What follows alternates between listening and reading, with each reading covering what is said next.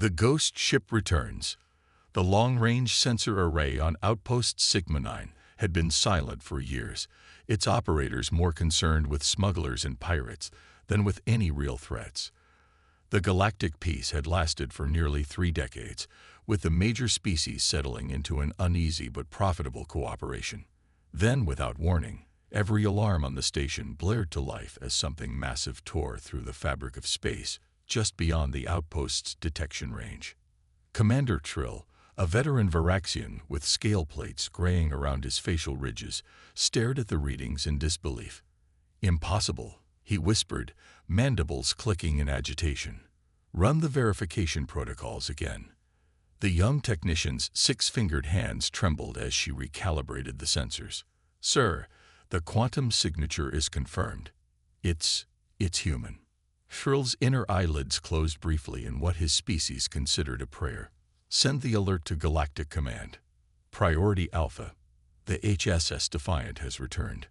Across 37 star systems, the news spread like a shockwave. The Defiant, humanity's most advanced warship, sent on a desperate mission 30 years ago to stop the entity known only as the Void Leviathan, a ship that, along with its crew of 300, had been presumed lost forever after diving into the quantum rift that had swallowed the creature. Now it hung in space at the edge of the Cygnus expanse, silent and waiting. On the Galactic Council's central world of Harmonious Prime, emergency sessions convened immediately. Representatives from 23 species argued over what this impossible return meant. "The humans must have betrayed us," hissed Ambassador Kular of the Saurian Collective. "They sent their ship into the void not to save us, but to make a deal with the Leviathan." "Ridiculous," countered the human representative, Admiral Maria Santiago, her weathered face showing every one of her 70 years. "We lost everyone on that ship. 300 of our best. My own daughter was the weapons officer." The Mendlink representative, a translucent being of pure energy contained within a hovering mechanical shell, pulsed with skeptical colors. "Yet the ship returns with life signs aboard. Not 300, but 1. Explain this." Admiral Santiago had no answer. Aboard the Defiant itself, Captain Ilara Chen stood alone on the bridge, looking out at the stars with eyes that had seen too much. At 48, she appeared decades older, her once black hair now stark white, her skin mapped with strange, faintly luminescent scars that traced patterns no doctor could identify.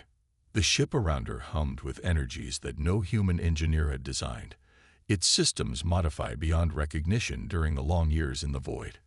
"Captain's log," she spoke, her voice raspy from disuse. "Day 10,912 since mission start. We have returned to normal space after what felt like eternity. The crew is gone. All but me." The ship maintained its primary directive: return with the knowledge.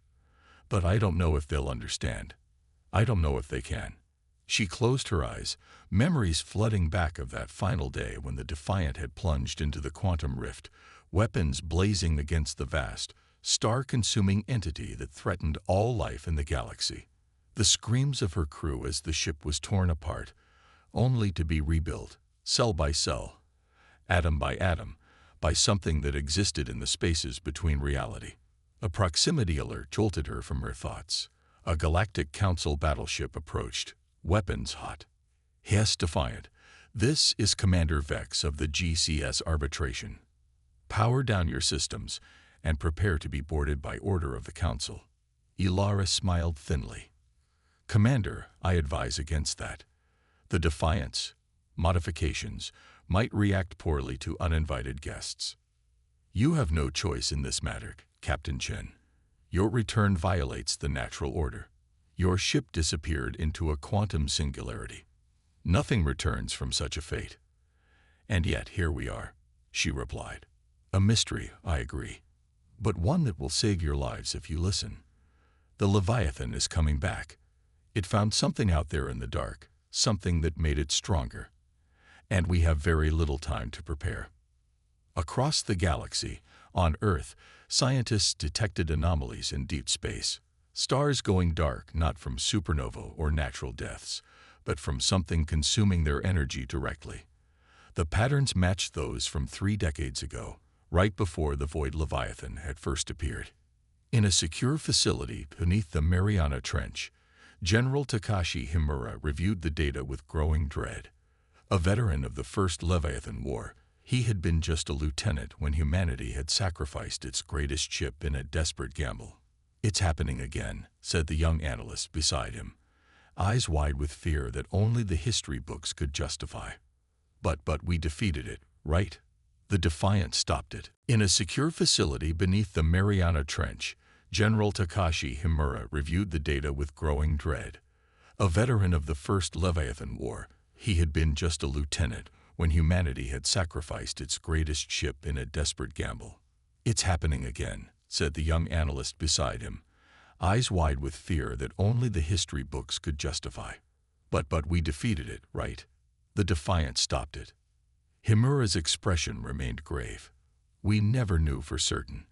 The Defiant disappeared into that rift along with the Leviathan. We all hoped it was over." "Sir, there's more," the analyst continued. "We're picking up transmissions from the Defiant. They're strange, encoded in ways our systems barely recognize. But we managed to decrypt one message, addressed directly to you." Himura's hand shook slightly as he accepted the data tablet. The message was simple. "The walls are thin where stars die." It learned to break through. "We learned how to fight back. Prepare the contingency." "My God," whispered Himura. "She's alive. And she remembers." On the Galactic Council world, Admiral Santiago fought a different battle against the tide of fear and suspicion. The emergency session had devolved into chaos as representatives demanded the immediate destruction of the Defiant. "The ship is clearly corrupted," argued the mechanoid collective speaker, its synthetic voice devoid of emotion. "Our scans indicate technologies we cannot comprehend. The risk is unacceptable." "You would destroy our only warning system," Santiago countered. "The only ship and captain who've encountered this thing and survived." "That's not just foolish, it's suicidal." Before the debate could continue, the chamber's lights flickered and died. Emergency systems activated seconds later, but the massive view screen that dominated one wall had changed. Instead of showing the usual galactic newsfeed, it displayed a live transmission from the Defiant. Captain Ilara Chen stared out at them, her scarred face solemn. Behind her, the bridge of the Defiant pulsed with strange energies, surfaces shifting and flowing as if the ship itself were alive. "Members of the Council," she began, her voice stronger now, carrying an authority that silenced even her greatest detractors. 30 years ago, you sent us to die. 300 humans volunteered for a suicide mission to save your worlds alongside our own. We did not fail. But we did not completely succeed either." She stepped aside, revealing a holographic display of the deep space anomalies. "The Void Leviathan is returning. Stronger, hungrier. What you faced before was merely an extension, a probe. The full entity is orders of magnitude more powerful." Ambassador Kular rose from his seat, scales flushing with anger. "Convenient timing. Human, your ship returns just as this supposed threat reemerges. How do we know you didn't bring it back with you? How do we know you aren't its herald?" Ilara smiled then, a sad expression that didn't reach her eyes. "Because if we were its allies, Ambassador, you would already be dead. The Leviathan doesn't negotiate. It doesn't compromise. It consumes everything. Stars, planets, life, knowledge, and most dangerously, reality itself." She touched her strange scars, which glowed brighter at her contact. "I lost my entire crew learning this. I spent what felt like centuries in a place where time has no meaning, fighting to bring back the one thing that might save us all, the knowledge of how to kill a god." The chamber fell silent. "We have one chance," Ilara continued. "One opportunity before it fully emerges into our reality. The Defiant was changed by its time in the void. So was I. We can lead a strike force to the emergence point and seal the rift permanently, but we'll need help.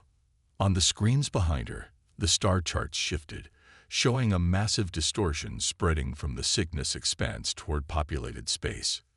You have 48 hours to decide, she said simply. After that, I take the Defiant back to fight alone. It's what my crew would have wanted. The transmission cut out, leaving the council in stunned silence. Back aboard the Defiant, Ilara collapsed into the captain's chair, exhaustion overwhelming her. The ship's strange new systems responded immediately, flowing around her like a protective cocoon, monitoring her vital signs and adjusting accordingly. They won't believe us, she whispered to the empty bridge. Not until they see it themselves. From the walls of the ship, a voice responded, not the computers, but something deeper, formed from the combined consciousness of her lost crew, preserved somehow in the ship's new matrix. Then we show them, it said. We show them what waits in the dark. Ilara nodded, determination hardening her features. Set course for the Arcturus system. That's where it will emerge first. We'll give them their proof. As the Defiant vanished in a ripple of distorted spacetime, using propulsion technology no human scientist could comprehend, the threat continued its inexorable approach. In the darkness between stars, something ancient and hungry stirred, drawn back to the galaxy by the scent of civilizations ripe for consumption. And only one ship and one captain stood ready to face it, forever changed by their first encounter, carrying the terrible knowledge of what must be sacrificed to stop the Void Leviathan once and for all. The battle beyond stars. The Arcturus system had once been home to 11 planets, 3 of them teeming with life. Now there were only 8, the innermost worlds already consumed by the advancing darkness that had emerged from the void. Not destroyed, consumed, converted into something else, their matter and energy repurposed to serve the hunger of the Void Leviathan. The assembled fleet of the Galactic Council hung in space, a desperate last line of defense. 600 ships from 17 species, a force that would have been unstoppable against any conventional enemy. At their center, the HSS Defiant waited, its strange modified hull pulsing with energies that made even the most sophisticated scanners malfunction. Aboard the galactic flagship Ascendant Justice, Admiral Santiago stood beside the Saurian commander Klar, former enemies united by terror as they watched the sensor feeds. It's unlike anything we've ever encountered, Klar admitted, his usual arrogance replaced by grim fascination. It doesn't just destroy, it converts, changes the fundamental properties of matter and energy. Santiago nodded. That's what made it so devastating during its first appearance. Our weapons barely affected it because they were designed to destroy, not to counter trans-dimensional conversion. And your Captain Chen believes she can stop this abomination. The skepticism in Klar's voice was unmistakable, but tempered now with desperate hope. She doesn't just believe it, Santiago replied. She knows it. Whatever happened to her and that ship in the void, they came back changed. She has knowledge none of us possess. The communication console chimed. Admiral, we're receiving a transmission from Earth. General Himura requests immediate connection. Santiago frowned. Put him through. The weathered face of General Himura appeared on screen, his expression more animated than Santiago had seen in years. Maria, we've decoded more of the Defiance transmissions. The adaptive algorithms they've been broadcasting. Their weapon modifications. Instructions to convert our conventional weapons into something that can harm the Leviathan. Santiago's eyes widened. You're certain? My best people have verified it. We've already implemented the changes to our orbital defense platforms. They work, Maria. We tested them against material samples that matched the Leviathan's quantum signature. For the first time since the crisis began, hope flickered in Santiago's eyes. Transmit everything to the fleet immediately. Priority channel. As the data began flowing to the assembled ships, the Defiant moved forward, breaking formation. Captain Chen's voice came over the common channel, addressing all ships. The Leviathan will fully emerge in 17 minutes. Standard weapons will be ineffective until you implement the modifications we've provided. Once complete, target the nexus points, the areas where the darkness seems to pulse and concentrate. Those are its equivalent of vital organs. She paused, then continued with palpable regret. Be aware, any ship or crew caught in the Leviathan's conversion field will be lost. No rescue attempts. The converted will become extensions of the entity itself, turned against us. In the silence that followed, engineers and weapons officers across the fleet worked frantically to implement the modifications, while commanders prepared their crews for the coming battle and the terrible choices it might demand. Aboard the Defiant, Ilara stood alone on the bridge, the ship's consciousness surrounding her like a protective embrace. "They're scared," said the collective voice of her former crew. "They should be," she replied. "But fear keeps you sharp, keeps you focused." Her mind drifted back to those endless years in the void, trapped in a place where time and space lost meaning. The Defiant had been torn apart, its crew scattered across dimensions. Yet somehow, the ship's core programming, protect and return, had anchored them. Slowly, painfully, they had learned the rules of that chaotic realm, learned how to exist there, how to fight back. The crew couldn't survive as individuals, but they found a way to persist as a collective consciousness bound to the ship itself. Only Ilara had maintained her physical form, protected by modifications the collective made to her body at the cellular level. And in that strange existence, they had discovered the Leviathan's nature. Not a creature, not a machine, but something between and beyond. A cosmic parasite that fed on reality itself, converting ordered matter and energy into chaotic potential it could consume. "Emergence in 5 minutes," announced the ship's systems, pulling Ilara back to the present, rifts forming at predicted coordinates. Across the view screen, space itself began to tear. Not the clean, controlled distortions of a jump drive, but jagged wounds in reality. Through these breaches poured absolute darkness, not the absence of light, but the negation of it. Where this darkness touched, stars dimmed, matter unraveled, and the laws of physics began to fail. "All ships," Ilara broadcast, "maintain formation. Do not engage until the primary node emerges. Your weapons will only be effective against the core, not its extensions." From the darkness emerged tendril-like structures that stretched for thousands of kilometers, probing and searching.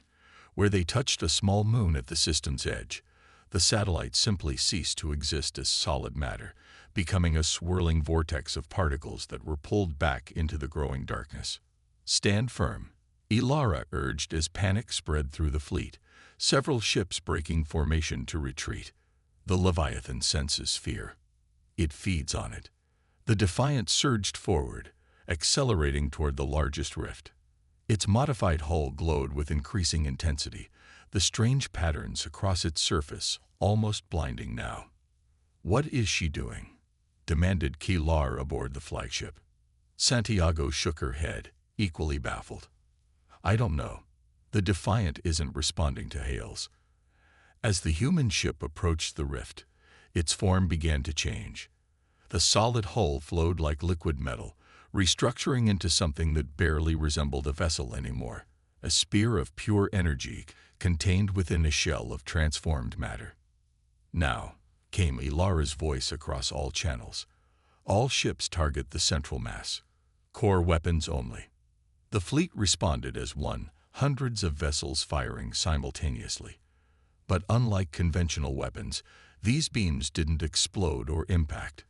Instead, they connected with the darkness and began to pull, extracting something essential from the entity. On the Defiance bridge, Ilara stood at the center of a storm of energy. The ship's consciousness flowed through her, using her body as a conduit, her mind as a targeting system. "We almost have it," she whispered, blood trickling from her eyes and ears as the strain on her modified body intensified. "Just a little more." The Leviathan reacted with sudden violence. Tendrils lashed out in all directions, catching dozens of ships. Some were instantly converted, their crews and systems becoming extensions of the darkness. Others managed to pull away, though damaged. "Do not break off," Ilara commanded, her voice strained. "This is our only chance." The Defiant plunged directly into the largest rift, vanishing into the darkness. For several agonizing minutes, nothing happened. The fleet continued its attack, though with waning hope. Then, from within the central mass of darkness, light began to emerge. Not the cold light of stars, but something purer, more fundamental. Reality itself pushing back against the invasion. "What's happening?" Kalar asked, watching in awe as the darkness began to contract, pulled toward a single point. Santiago's eyes widened in realization. It's a collapse point. They're forcing the Leviathan to consume itself. At the heart of the entity, Ilara and the Defiant had become something new, a catalyst for reversing the Leviathan's conversion process. The knowledge they had gained in the void, the modifications they had undergone, all served this purpose: to turn the entity's hunger against itself. Across all channels came Ilara's voice, strained but triumphant. "The sequence is initiated. Pull back. Maximum distance." The fleet retreated as the darkness contracted further, collapsing inward with increasing speed. At its center, for just a moment, the Defiant was visible again. No longer a ship but a pure point of energy, the consciousness of 300 crew members and their captain united in one final act of defiance. "Thank you," came Ilara's last transmission, "for believing, for giving us this chance. Tell Earth, tell them we kept our promise." In a final, silent implosion, the void Leviathan collapsed completely, taking the Defiant with it. Where a cosmic horror had threatened all existence, now there was nothing. A perfect emptiness in space that slowly began to fill with the light of distant stars. Aboard the flagship, silence reigned.